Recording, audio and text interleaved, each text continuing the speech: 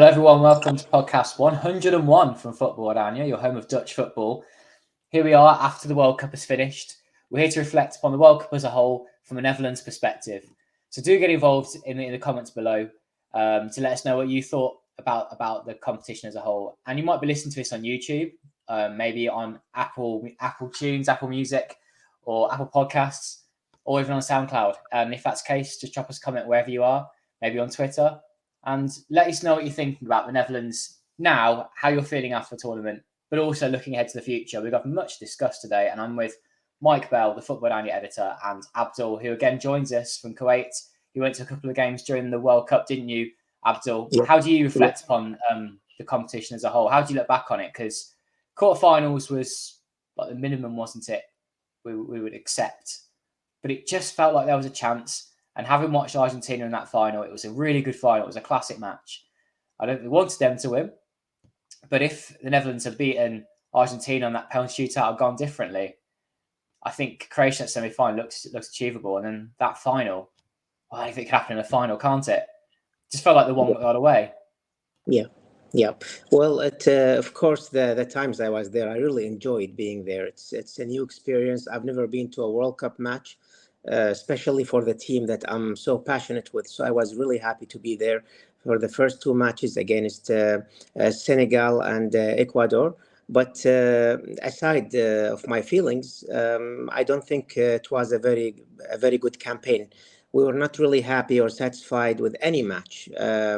Especially maybe the match against Ecuador and even the first match, actually, although we won, but we were not really satisfied with the performance. We thought we will be growing from there, but unfortunately, it did not go that way. I think the best match we played was against the United States.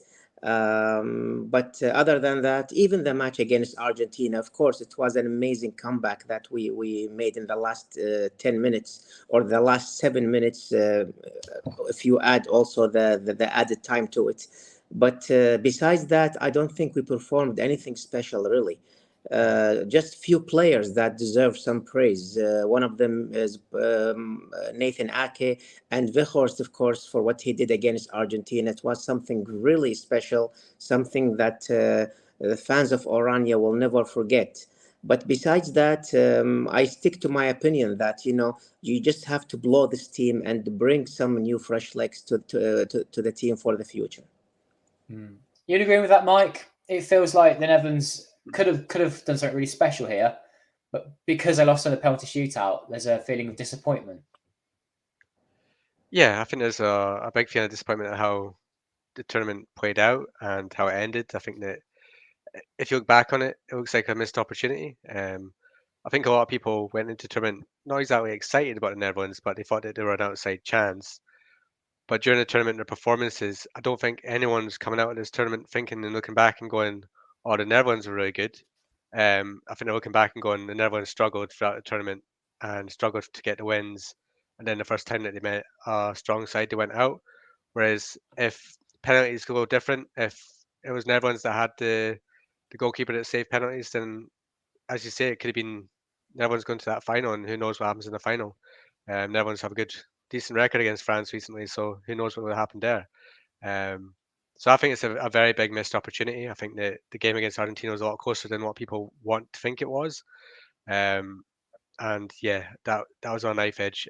You've just got to look back at that extra time period and think that if Netherlands just went for it a bit, then that was a big chance to get to that semi-final. But overall, looking at the tournament, I think there's just some players that didn't turn up. I think some players had awful tournaments. Steven Bergwijn being one. I think he was shockingly bad. And I think that the players that did stand up were, the Nathan Akes, the Cody Gakpos. But yeah, just not enough players really played to the level that we expect from them. And if they did, then maybe we could have had that little bit extra to push and get to that semi-final and final. But yeah, I still think there's a lot of excitement going ahead. I think that Ronald Koeman takes over a great bunch to have a lot of potential, and there's a lot of talent coming through. So I'm still very excited about this Netherlands side. But I think coming out of Brazil, I think there was a lot more positivity about Netherlands. I think everyone enjoyed the performances. Everyone had some big moments. But I think if everyone looks back at the moments of this World Cup, I don't think there's many ones that come from a Netherlands game. Do you think the system that Van Gaal played was one of the reasons why people are so disappointed? We could have played a 4-3-3 and gone out of the quarterfinals in the same fashion on penalties. I wonder how the feeling would have been. Would it have been the same? Or maybe there's personal performances, some of those players not turning up in the tournament. Maybe that's what's let people down. Yeah, I think that the formation is always going to be one. When you talk about the Netherlands and a 5-3-2, you're always going to get pushed back that they should be playing 4-3-3 and it should be that way. But if the 5-3-2 was going to work, they needed the attack to be on point, and I don't think throughout the whole tournament Van Gaal got the midfield and attack balance right.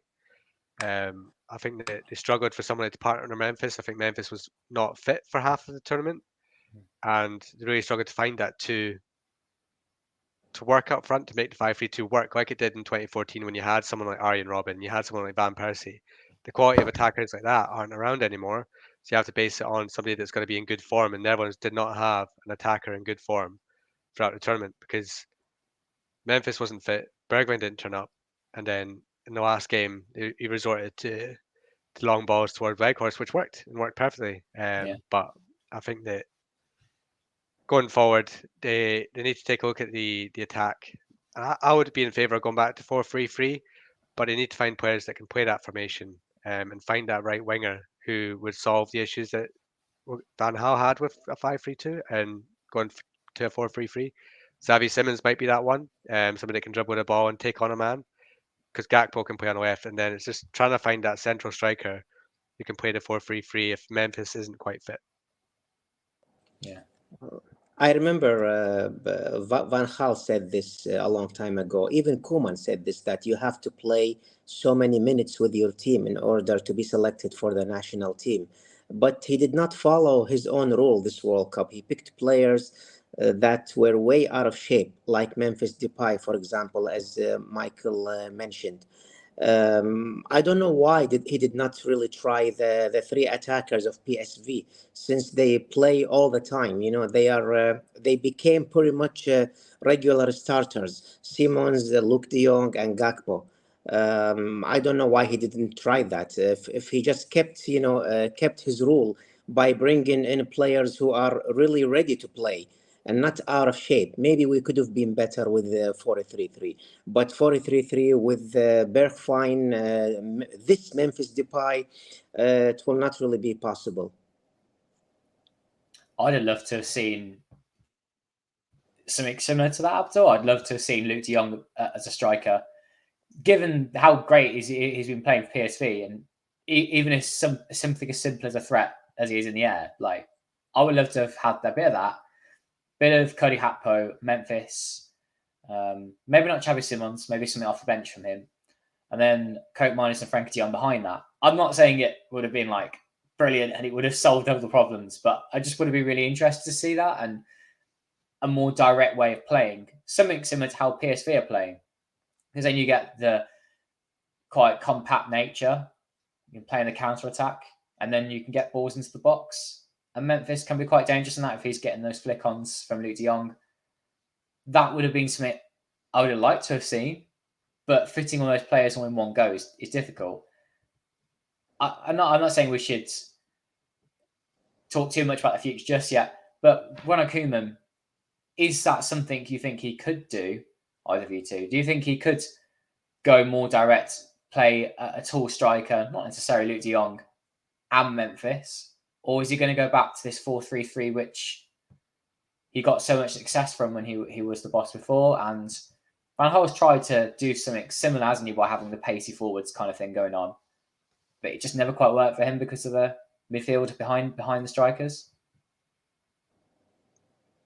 For me, it's difficult because I think if Koeman had a few games to experiment and a few games to look at his squad, to figure it out and go a few games to experiment, then I think he would try 5-3-2 and 4-3-3. But in fact, his first game straight up is a crucial European Championship qualifier in France. I can see him sticking to a 5-3-2 for that one. Same, yeah. Just to combat France and then the next game after that's at home against Gibraltar. So I think we might see it. I think we might see 5-3-2 to start off with, try and get something in France, and then against Gibraltar, if you're lining up 5-3-2 at home against Gibraltar, I question what you're learning from that. Then you've got to look at the experiment there, going for 4-3-3 attacking. Maybe not look De Jong. Yeah, so we've got to look for the striker that's going to go to the Euros and go to maybe a World Cup after that. De Jong, someone is for now. If he keeps scoring for PSV, then he should still be in there. I think Abdul, you've mentioned him before. Brian Brobby is somebody that if he starts after January in good form for Ajax and he starts and he keeps that place, he is someone that can come into the side and show himself and show what he's about in a 4-3-3. So I'll be intrigued to see what he can do going forward. And he's something that's got something a bit different that I don't think defenders like playing against him. He's strong, he's powerful, Yeah. he's quite quick. He'd cause mayhem in a 4-3-3. So he's somebody that I'd look at bringing in for giving him not maybe the France game, but the Gibraltar game to see how we can cope in a 4-3-3 going forward. But I think that Koeman doesn't have much time to figure this out. He has to come in, get a squad ready because I think this European Championship qualifying group is a lot harder than some people are making out. So I think that you could write off the France game, but after that, every game becomes crucial. So I don't think he has much time to experiment.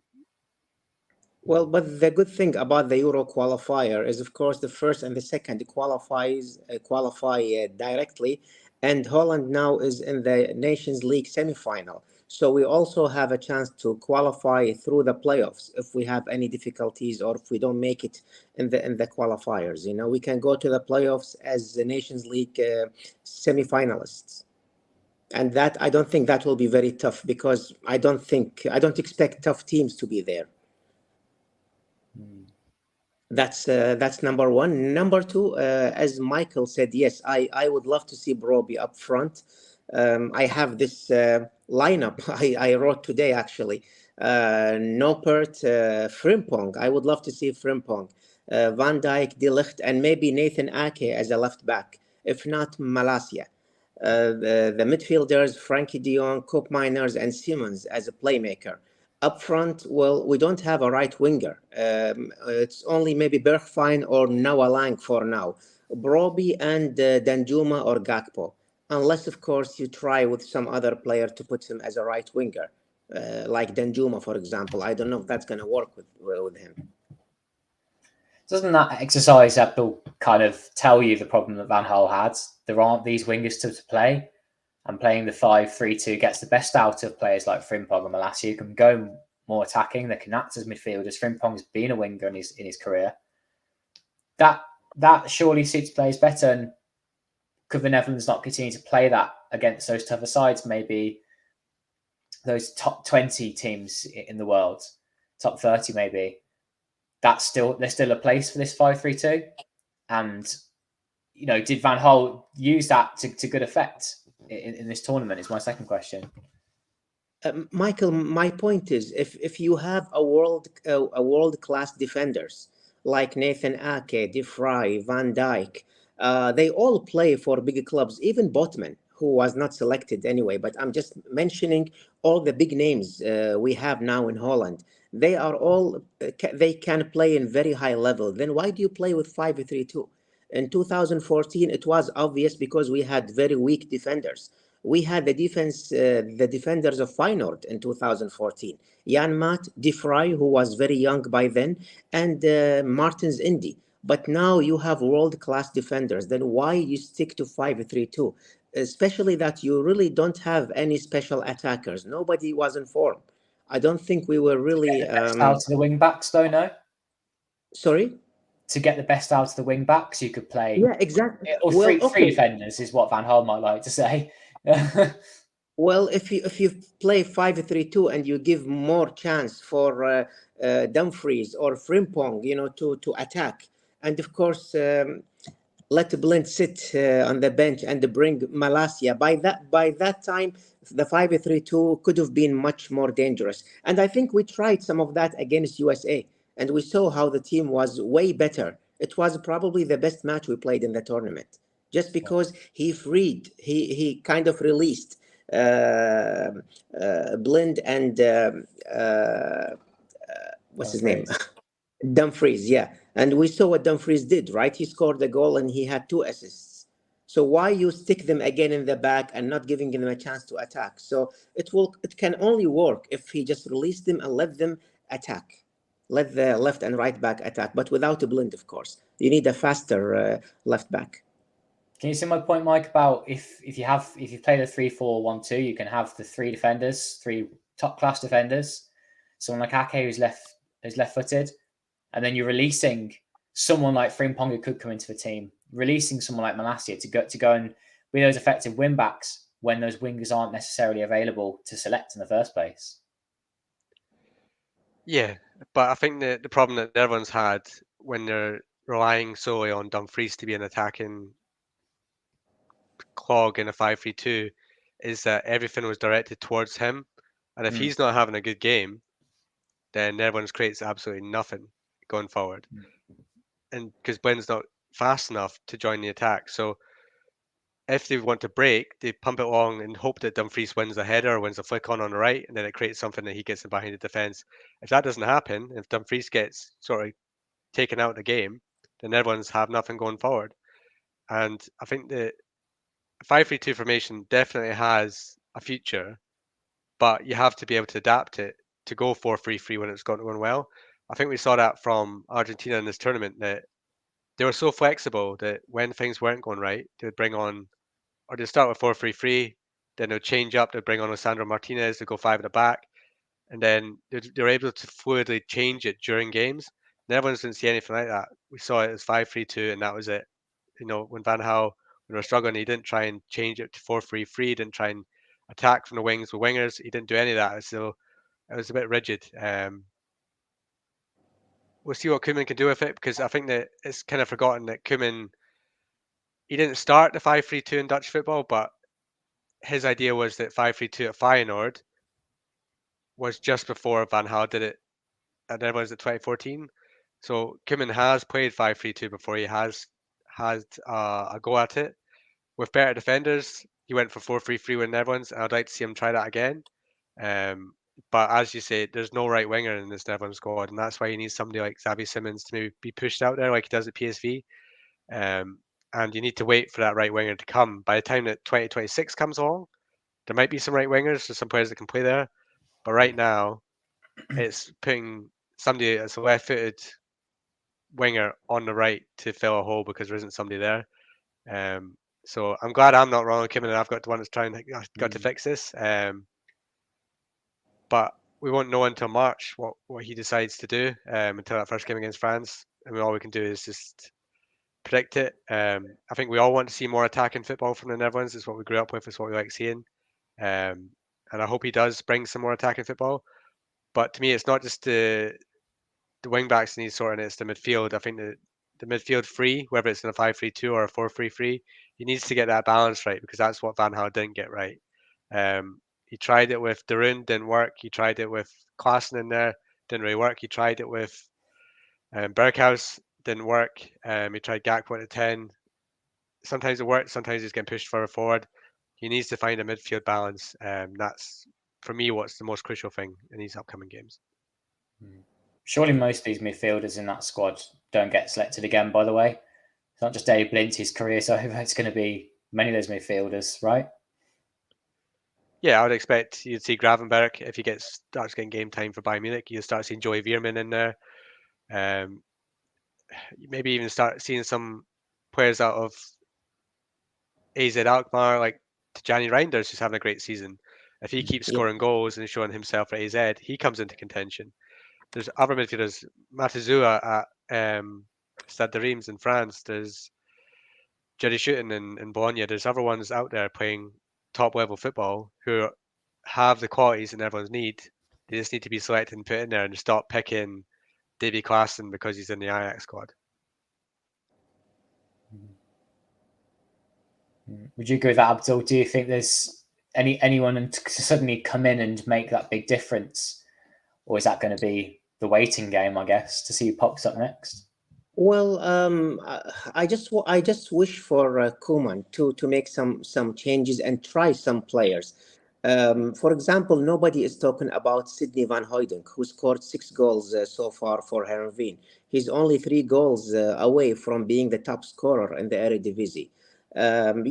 Somerville, the player of Leeds, he's been playing very well lately. He scored in the last 2 or 3 games he played for Leeds United, I think.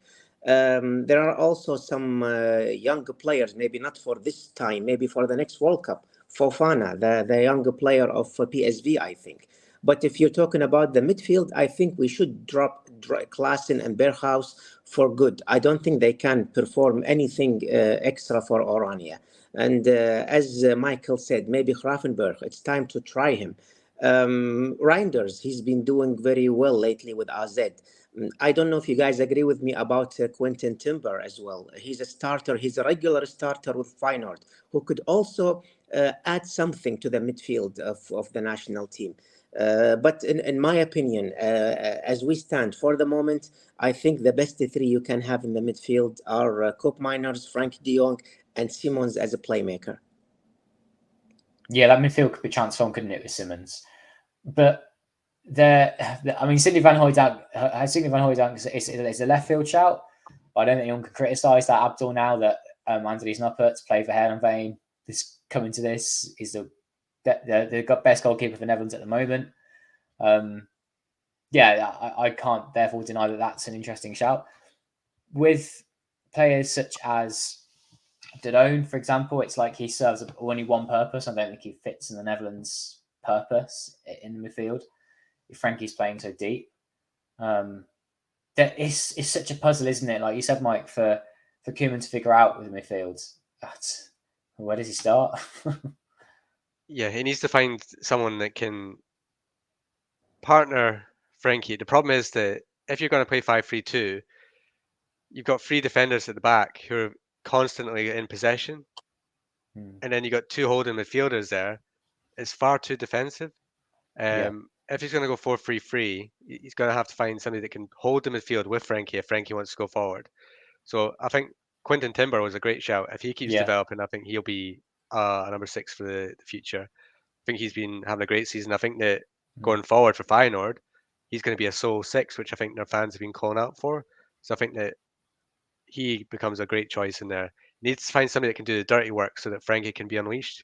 And they need to find somebody that can create it forward. That's why I think that somebody like Joey Veerman can be great in there. Ravenberg, when he gets game time, I think can be great in there. Timber is another one that can be great in there. I think you need to stop constantly just bringing in the same players. The same what we saw for years when he was kept bringing in Kevin Strootman. You knew that he didn't have anything to offer, but he kept bringing them in. He was in the squad every single time. He kept coming in games and stuff like that. If he's not good enough now, he's not going to be good enough in 2-4 years. If he's coming to the age that Darun is, it's time to start looking at the players that can be there in 2-4 years. And I think that Koeman will do that. And the good thing about Koeman coming in is that he does not have a link to one specific Dutch club. I think that him having managed Feyenoord, PSV, and Ajax during his career means that he doesn't come in with a certain identity. Van Gaal's got an Ajax identity. I think that Koeman comes in with fresh eyes. He's going to look all over the Dutch league to find the best players. That's why I think that Quinten Timber comes straight into contention. Gertruida comes straight into contention for Feyenoord. And I think he will look at AZ Alkmaar again because there is a lot of talent there. There's a reason that they're fighting for top 4 in the Netherlands. That's because they've got good talented players. They've got a very good youth system as well. So I think that I trust Koeman from what he did with the Netherlands before. I know it went wrong at Barcelona, but people forget that he came in and transformed Netherlands from being such a disappointment to people believing in the Netherlands again. And Van Gaal took it on again and took it to the next level. Koeman can come in and he can really take Netherlands to being a top side again. And I think that he will. Let's talk about Ronald Koeman.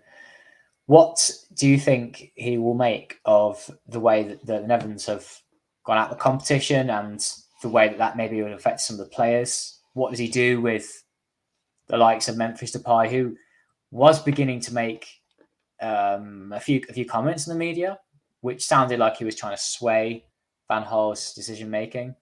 Can't deny Memphis' impact for the side with the goals he scored, but it sounded like he too was beginning to have a say when he said, I play best with Steven Bergwijn in attack, not with Cody Gakpo. And then all of a sudden, who's he playing up top with? Bergwijn. Gakpo's playing behind him. Do you think Koeman, despite having this tight-knit group of players, has something to deal with there with a few players?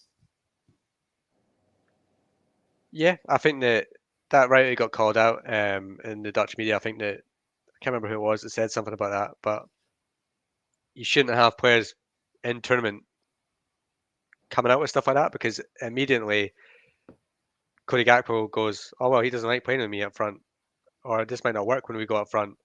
And then if you have a scenario like it did with Bergwijn coming in and then having an absolute shocker, then Van Gaal looks weak, because then he's like, oh, he's just done that because Memphis wants to do it.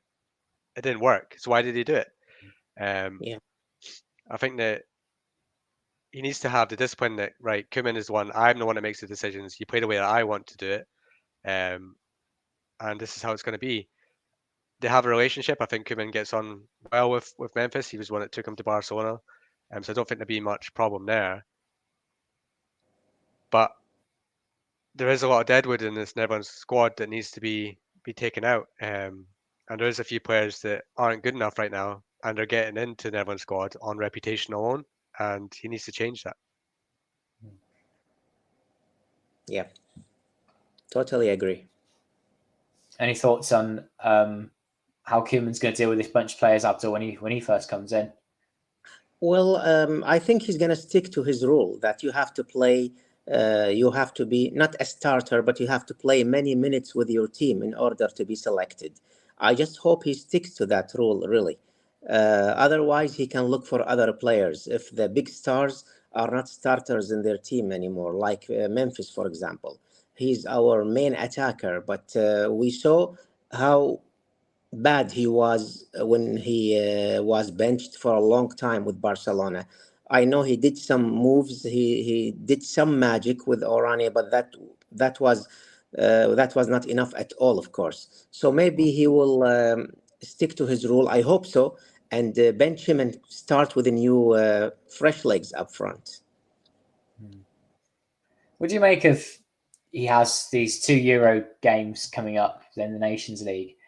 Just as a side note to everything else, do you think that we need to have these friendlies back, or do you enjoy having the Nations League and everything else?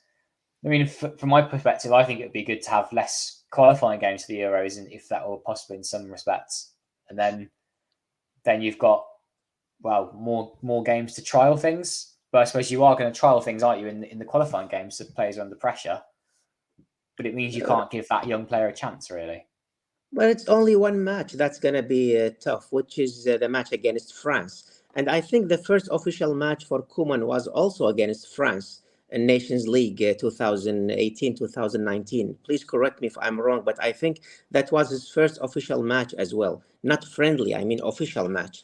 This time he's facing France, pretty much the same France that he faced in 2018 without really many differences.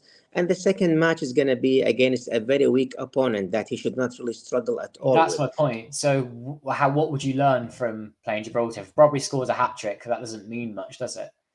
They're going to pick him the next match. Well, maybe he can try something with France. Even if we lose against France, we can still come second in this group. I'm not really worried about this match. I mean, the qualifying campaign is long.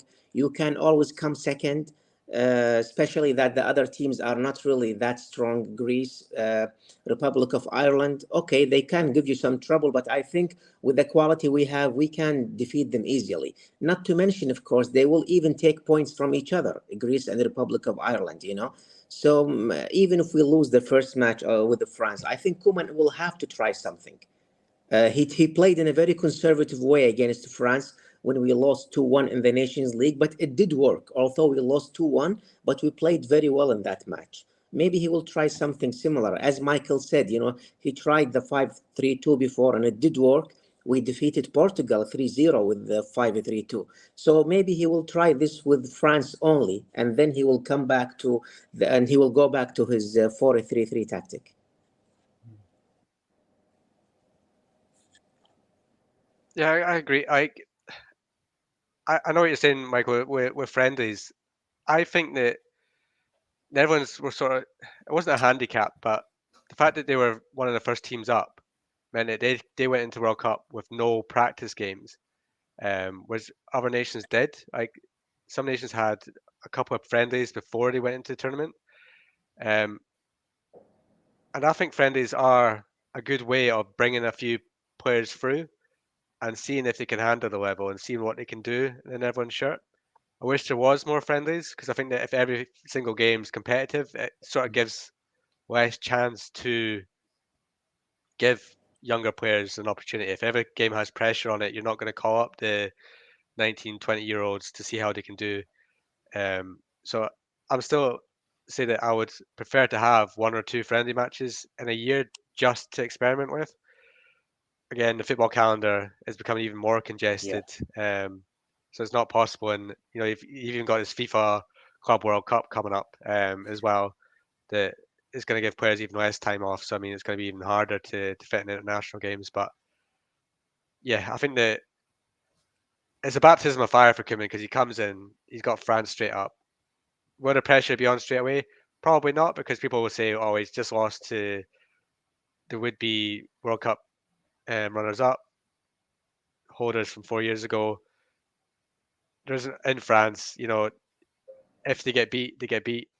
But I do think it's a good opportunity because I think there might be a little bit of a hangover for France. If a new manager comes in, there might be a couple of players that their heads drop. He might be not there, but I know Benzema's going to retire from international football.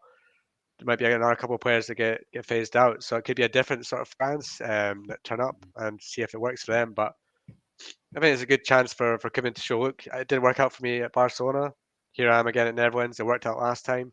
Let's go again. And let's get Netherlands to show that we are one of the best nations in football. Because right now, I don't think if someone was to name the top 10 nations in world football, I think that because of the performance that Netherlands put at the World Cup, many people would probably forget them. And I think the Netherlands do have the quality to be a top 5 nation in the world. And I think they do have the quality coming through to challenge at Euro 2024 to win it. Yep. Yep. There's still part of me that thinks if it weren't going to be Argentina, France, England, or Brazil in this World Cup, it may have been the Netherlands that won the whole thing. And Van Gaal did, with less quality players, manage to bridge that gap to the top teams. And it's now up to Koeman to take that. And if I always talk about formation change on here, we always bring it up because Dutch people, not just Netherlands fans, but it's an obsession in the Netherlands itself about this formation. Koeman can't then interrupt all of that Albert Van Gaal's done because he has bridged that gap. That unbeaten run is still kind of there, isn't it, from Van Gaal? Koeman has to then take the best of what Van Gaal's done and make it his own thing. But yeah, you can't deny that Koeman's already done in the past a big, vast, rapid change to get the Netherlands playing his way, and he might do the same again here. A few people were sceptical though that he won't be able to have that big change this time. He won't be able to do it because of that failure at Barcelona. It's maybe put doubt in people's mind. Is there any doubt in your minds that he won't be as effective this time? I don't go into it thinking that because of what happened at Barcelona, he can't do the job. I think that he can. I think that he comes into it with a good reputation. I think that when Frank de Boer came in, everyone knew it was going to be, oh no, it's de Boer. This isn't going to go well. I don't think anyone's coming into this going, oh, Koeman had a bad point at Barcelona. This isn't going to go well. I think that everyone will still remember that Koeman did great things when Netherlands before he left. So I come into this thinking that he is, after Van Gaal, he is the right man to take this nation forward. Out of all the coaches available at the moment, if Koeman wasn't already official and we're looking at someone to take over again, I would say Koeman would be my choice because I think he is at the moment the best available Dutch coach that isn't at a club right now.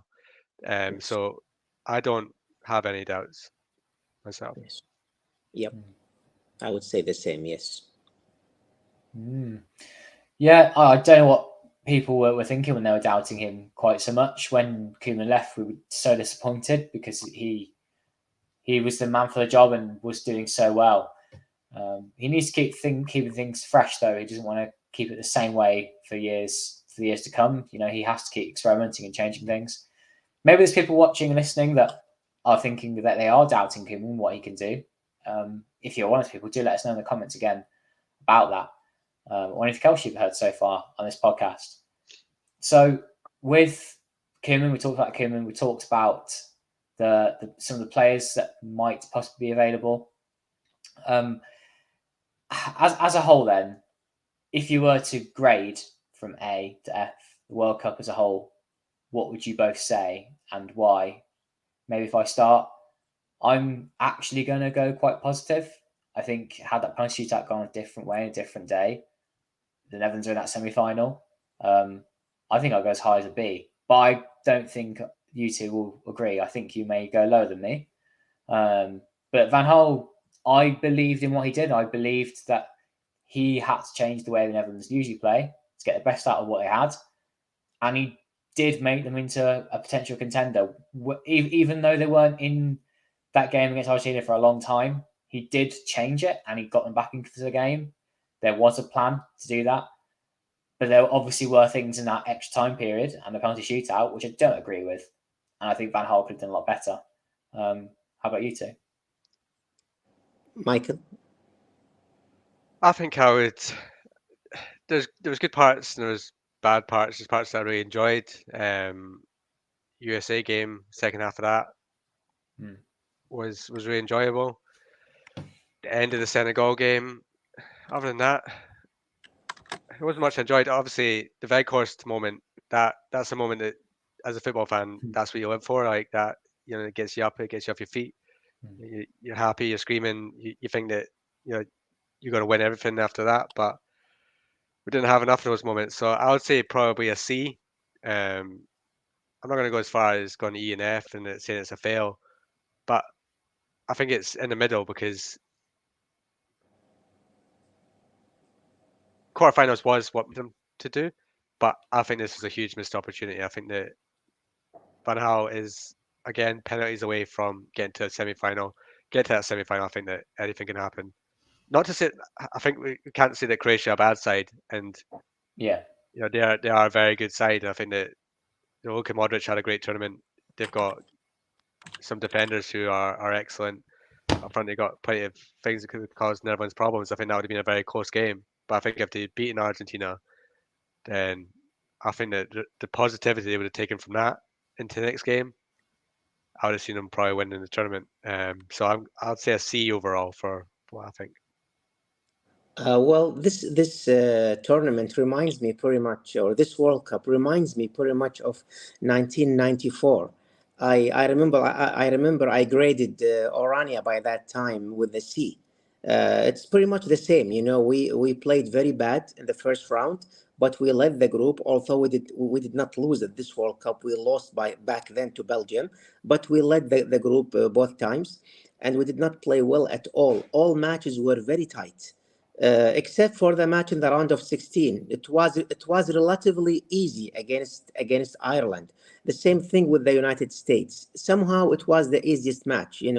In the quarterfinal against Brazil, we had these amazing moments, these amazing minutes where we scored 2 goals, but then of course we lost 3-2. That's what pretty much happened in this World Cup as well. We had these crazy minutes that we made a comeback again, but then we lost the match in a different way, of course. So I would grade it C as I graded 1994 World Cup. It's pretty much the same performance. Next question. What did you think of Argentina winning the competition as a whole? I guess my overriding feeling is the tactics and it won them the World Cup, but I wasn't pleased with the number of penalties that they won, with the attitudes of some of their players, not just the Netherlands players, but some of the play in general.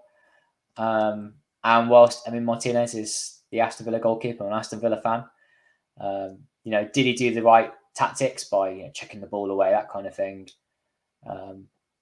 I'm guessing neither of you wanted them to win the whole thing, but did you think they deserved to win the World Cup? I would say, for me, I don't like the fact that they won it. Before the tournament started, I watched the Messi documentary on BBC, and I really enjoyed it. And I thought, It was good, wasn't it? it was really good. It was a really good documentary, and I was thinking, it would be nice if you won it. But because of the attitude of the players, it took the shine off Messi for me. The way he acted in the Netherlands game, the way he got into Van Gaal's face and was like screaming at him, and the way that the players were towards him towards after the penalties, and just the whole attitude. Now, people say it's sour grapes, and with Emi Martinez, I don't like what he did in the final. I don't like him throwing the ball away. But if people want to remember back to Tim Krul was also a bit like that when it came to penalties. He would get in players' faces. You'd say to them like, "Oh, I'm going to save your penalty," and it worked. I think that Argentina have what Netherlands don't have, which is just some fighters that get in people's faces. They do the really dirty stuff. They kick players. They get away with it. Another day, I think that Argentina could have had 2 red cards in that final, but they didn't get them. And another day, Messi could have been sent off against Netherlands, but he got away with it. I think that luck was on their side throughout the tournament, and I think on the balance of playing the final, I think they deserved it because they were better than France. But in the whole tournament, I think that there's little moments that just played into their hands that could have went very differently. Well, to be honest with you, I mean, from the beginning, I wasn't satisfied with this World Cup being hosted in a very small nation that even smaller than my own country, Kuwait.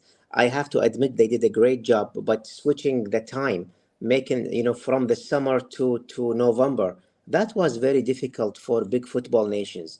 I mean, the Dutch national team was assembled only maybe a week before the tournament started, without any friendlies, without anything, and that was kind of bad. Really, we did not get a chance to play any friendlies. And to be honest, I was saying it before the World Cup started that Messi will not retire without winning a World Cup. You might. I cannot really explain it to you. I mean, like this, but I knew it seriously. I knew he will win a World Cup someday. Although all his performances in all the past World Cups were really bad. I'm sure even Argentinian fans were not happy with his performance in 2018, 2014, 2010. Argentinian fans were complaining about him all the time that he's not really being as great as he is with his clubs, with the Barcelona at that time. Suddenly this World Cup, he's playing like he's 20 years old. To be honest, I was shocked, and he's given a full 120 minutes. He did that with France. He did that with Holland. That was surprising. That raises so many questions. And yes, they did deserve a red card at least for the player who made the foul and kicked the ball. I forgot his name. Fairness. Yeah. Yeah, yeah. I mean, he should have gotten 2 yellow cards in a row, which leads to a red card, of course. And that did not even happen. He just got one yellow card. Messi should have gotten a red card in that match. And again, 5 penalties. That never happened for a team in the World Cup history. So it does raise many questions. But well, what can we say after all? And one more thing, the way France played against Argentina until the first goal was scored, it was like an amateur team. They made very, very clumsy mistakes. It felt like this is not the French team we all knew. Somehow they became a bad team. I don't know if you noticed that. The first half and until the first goal they scored. Why? I have no idea. When France played England, they didn't look great either because it was a 50-50 game, a good quality game. The France didn't impress. They were missing a number of players, weren't they, through injury, and people get to talk about how deep their selection was. It got them as far as the World Cup final penalty shootout, so they have definitely got strength in depth. But yeah, the Argentina-France final, I thought it was playing out in a similar way to the Netherlands-Argentina match, where Argentina were doing better, scored a couple of goals, seemed to be cruising to victory, and then all of a sudden, bang, out of nowhere, there's a couple of goals because your team's gone a lot more direct. And that's maybe what the Netherlands were lacking against Argentina in the end. My kind of last question to you about the World Cup as a whole is, what were your favourite Netherlands moments? And I'm going to say moments because it's not a competition. You don't have to pick one if you don't want to. I think surely we would all agree Weghorst's second goal to bring them level from that free kick. But also, I really want to pick out Anthony Noppert, and just in general, the moment of him appearing in that like World Cup quarter final. It just makes people think, anything's possible, not just in football for lots of players, just in life. He seemed like a stranger, didn't he? He seemed like he was one of us playing with all these big name players, and fair play to him for getting that far. And who knows now what could be next to him. Big money move. Does he keep playing for Netherlands? It's all really exciting for him. Yeah, I think the Weghorst moment, that's in this tournament, the Weghorst moment is the Van Persie moment from 2014. That's that for Netherlands fans in this tournament. Yeah. In terms of other ones, you've got Memphis's goal against USA. The brilliance of that team move, the amount of passes, and then the finish at the end, which showed that the Netherlands still have that ability to play from the back and just blow teams away. That stood out. And the finish for Cody Gakpo's goal against Ecuador, I think, was fantastic. Yes. I don't know if I'm right in this, but I think that's the only Netherlands goal that's been put forward for goal of the tournament. I don't think Weghorst's or Memphis is even in the running for it. I think it's only Gakpo's one against Ecuador, which has been nominated, which I think's insane, considering how good the other two were. I think the Weghorst goal should be lauded as absolutely genius. And the moment it is, the amount of pressure that's on it, the absolute audacity to go for that and to pull it off is insane. So that's a moment that's going to stick with me from this tournament. And yeah, I think that's what Netherlands are going to be remembered for in this tournament, is the emergence of Cody Gakpo, Anders Nobbert, and then that goal from Weghorst. Yep, of course, we have to agree about the moment of Weghorst. It's like the best moment since Costa Rica 2014, since Kroll in 2014 against Costa Rica. And of course, about the goal, definitely it's Gakpo's goal against Ecuador, although we played terrible in that match. But this goal, it's really a goal I would take with me. I would love to watch it now and then. It's a very nice goal. Please allow me to say this. I'm already trying to forget this World Cup as much as I can, because it had so many bad moments. Okay, we did have nice moments here and there, but it was mostly bad moments. Even for the people who are saying if we defeated Argentina, we could have gone all the way to the final. I don't think Croatia was a very easy team to defeat. With this performance we had, they could have also eliminated us. One more thing, we really need to look ahead at the Nations League, Euro 24 qualifier, and Euro under 21, which the Netherlands qualified also. It's going to start in the summer. We have Georgia, Portugal, Belgium. I think Koeman might actually pick some players from this team. Yep. Mm-hmm. So lots to look forward to in the future. What do you think will be the biggest things that Kim will pick up on then you two? As a final thing we talk about in this podcast, what do you think are those biggest problems he needs to fix? I'm sure we'll touch upon them in this podcast, but he's not going to tear everything up from Van Gaal in the next few months before that first game against France. What are those biggest issues for you two? The biggest issue is just sticking to his rule, as I mentioned. If you don't play many minutes with your team, you will not be a starter. As simple as that. Because I think that was our main problem. Yeah, and for me, I think it's about building a squad that's ready for 24, and if Koeman continues after that onto the next World Cup, it's getting a team ready for that, and it's getting those fresh legs in and really revamping that midfield. If he's going to go to 4-3-3, he needs to look at fresh legs. He needs to find the perfect partner for Frankie de Jong, because Van Gaal's not been able to do that. I think that the future is bright. I think there is a lot of talents coming through. I think there's a lot of players that Koeman can turn to, and I think that there's a lot of good players in the Dutch football system that are coming through. He just needs to select them and get rid of the players that shouldn't be there in the squad. Yes. I think that Daily Blind will now be gone. I think that we won't see him again unless, as I said on a previous podcast, he gets given that opportunity to earn his 100th cap. I think that out of a gesture of, look, what you've done for the national team will give you a 100 cap, and then see you later. Time to bring in the fresh legs, and then revamp that midfield. That's the two biggest ones for me. Yep. If I may add also, dropping the likes of Janssen, Klaassen, Berghaus, and as Michael said, Blind, and bringing some new players. There are so many players we mentioned in this podcast. Maybe he can try some of them. Hopefully, that will increase the team's power, the team's scoring power, actually. And I need to find somebody that does what Paredes does for Argentina. Someone that just is a bit dirty on the dirty side. That's what I want from the Netherlands side. We had it before. We had Van Bommel. We had Nigel de Jong. Someone that wasn't afraid to get into the trenches and kick folk.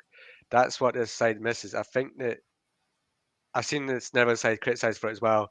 It's a bit too nice. It's a bit too, oh, we're turning up. We'll play some nice football. I'll be very nice to the opponent. We won't get in our face too much. Yes, we have a bit of banter with them, but we need somebody that's just going to go out there and put up the fight. Martin Durin's not that guy. We need someone to go in and put a few tackles in and do the dirty stuff. Richard Bazur. If he doesn't get sent off every game, then maybe. But yeah, somebody that can do what the Argentina had. You know, a player that fouls, does that, but doesn't get sent off. Someone like Nigel de Jong, someone like Van Bommel, someone that's got a bit of fight to them. That's what this Netherlands side needs. Yeah. And on that note about Brazil, let's end there, shall we? And thanks everyone for joining us during this World Cup. Things we've been doing. The website has had tons of content. Thanks to Mike. So send appreciation his way, of course, if you've enjoyed a lot of the written stuff on Football-Oranje. Thanks as well as we've had some guest articles throughout our time in this World Cup on Football-Oranje. Thank you, Abdul. You know you've been going to the games, and it's been great to have on the podcast as well as Mike giving your thoughts on it all. And thanks everyone for watching things that have been on YouTube as well. Of course, people might be listening to some SoundCloud or wherever else, and maybe you don't know too much about the things that have been putting on the website or on YouTube. So go and check them out if that's the case. We're doing a lot of Eredivisie stuff probably between now and March, but then when March comes around, we'll be having the previews for the games against France and Gibraltar, the streaming again after those games, and the Nations League is something great to look forward to in June. But that's all quite a long time away at the moment, and we'd like people to give us a like if you enjoyed it. Subscribe if you're new to Football-Oranje, and of course, drop comments down below. What did you think about the World Cup as a whole? How would you grade it? And which players do you think Koeman should be looking out for next? Do you think Koeman is the answer to all our problems? Thanks everyone for watching, and stay tuned. More from us soon. Bye.